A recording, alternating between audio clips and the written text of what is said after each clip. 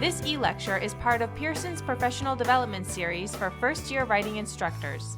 Hi, I'm Janice Walker, and I'm at Georgia Southern University, Department of Writing and Linguistics. I was in grad school in the mid-90s in the MA program when I first got interested in the work that I continue to do with computers and writing.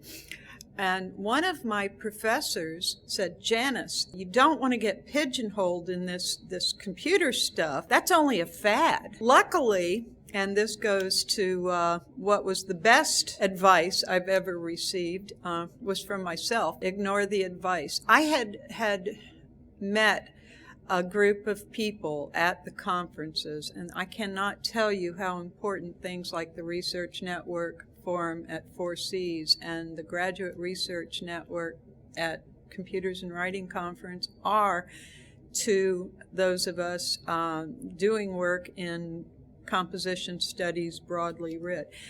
No matter what kind of advice we get locally, we can meet people doing work in other fields and find those kinds of things that we're passionate about, that we care about. My professor, who gave me that wonderful advice about the internet being a fad, changed his mind when I got the Columbia Guide to Online Style under contract with Columbia University Press before I'd finished my MA. And suddenly he's introducing me and telling everyone, oh, I've encouraged her every step of the way. She's doing this very important work because it was now being published and recognized by other people. But times change so quickly in our field. What is important to people changes minute by minute, if not day by day. Sometimes those of us who are now graduated, tenured, promoted, actually lose track of some of the important issues. So when we tell you, oh no, that's not a good direction, if you feel strongly enough, if you are passionate, there was a book, Do What You Love and the Money Will Follow. Well, I think the same holds true for those of us doing research. Do what you love, what you're passionate about, what you care about. Publication, tenure, promotion, hopefully will follow. I've been very lucky. The value of my research, especially at the time, was in computers and writing, but primarily in how to cite information online, which also led me into related areas such as intellectual property issues, information literacy issues. It got broader than I ever thought. But I was very lucky. It was valued at the time because it was published. After I had, a real book, publishing in such venues as online journals like Kairos, which I did, the same professor who told me that the internet was just a fad told me that, that wasn't a good place to publish. But that is a peer-reviewed scholarly journal, and we have, the Kairos board has worked very hard to make sure that it is a high-caliber journal. One of the things that happened was after I finished my PhD and accepted a tenure track position where I am now, in a new standalone Department of Writing and Linguistics, we began writing our own guidelines for what is or should be valued in our discipline.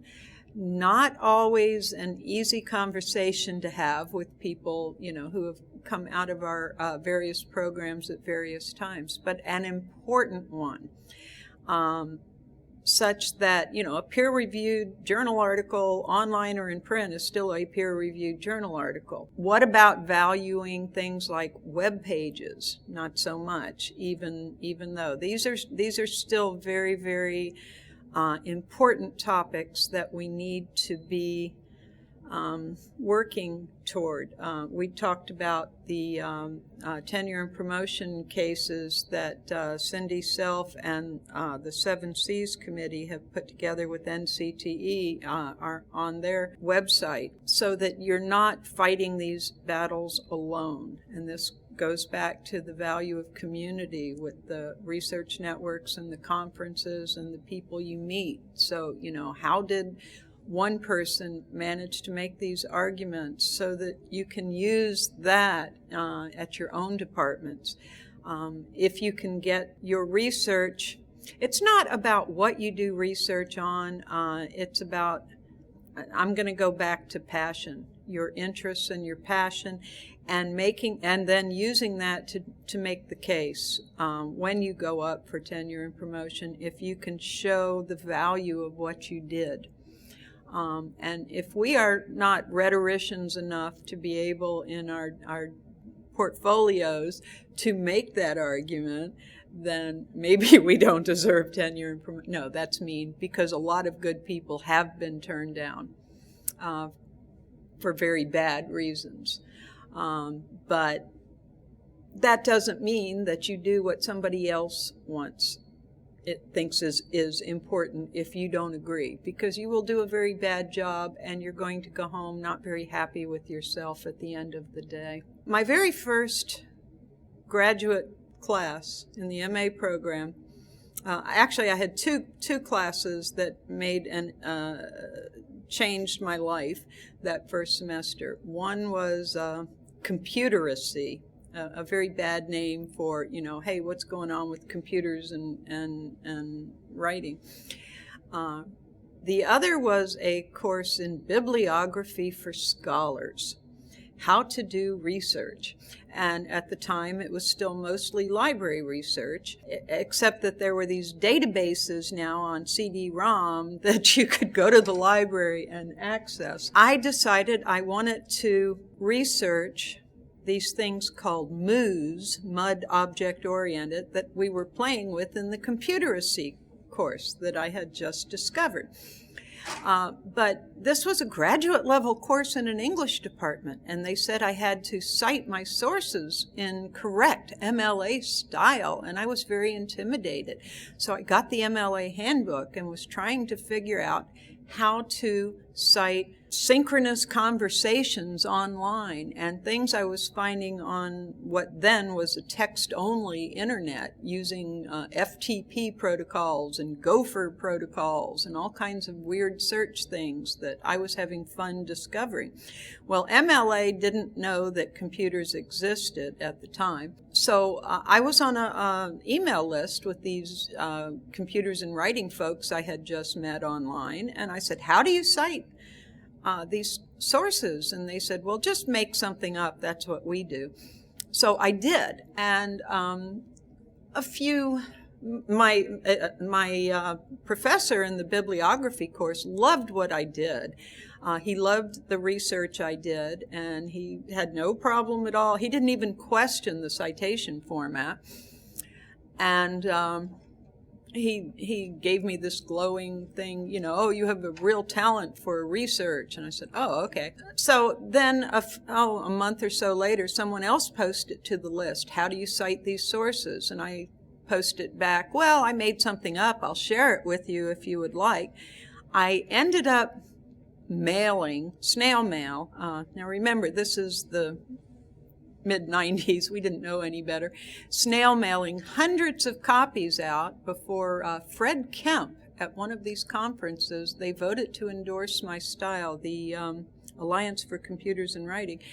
And Fred said, why don't you put it on the web? And I said, oh, okay. So I had to go learn HTML so I could post it on the web.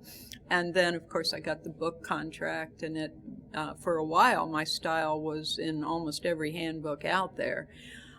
Someone last night, in response to changes now in technologies that we're using for composing, teaching, communicating, and the newest editions of MLA and APA, said it's time for me to come out with a third edition because these other areas aren't panning out.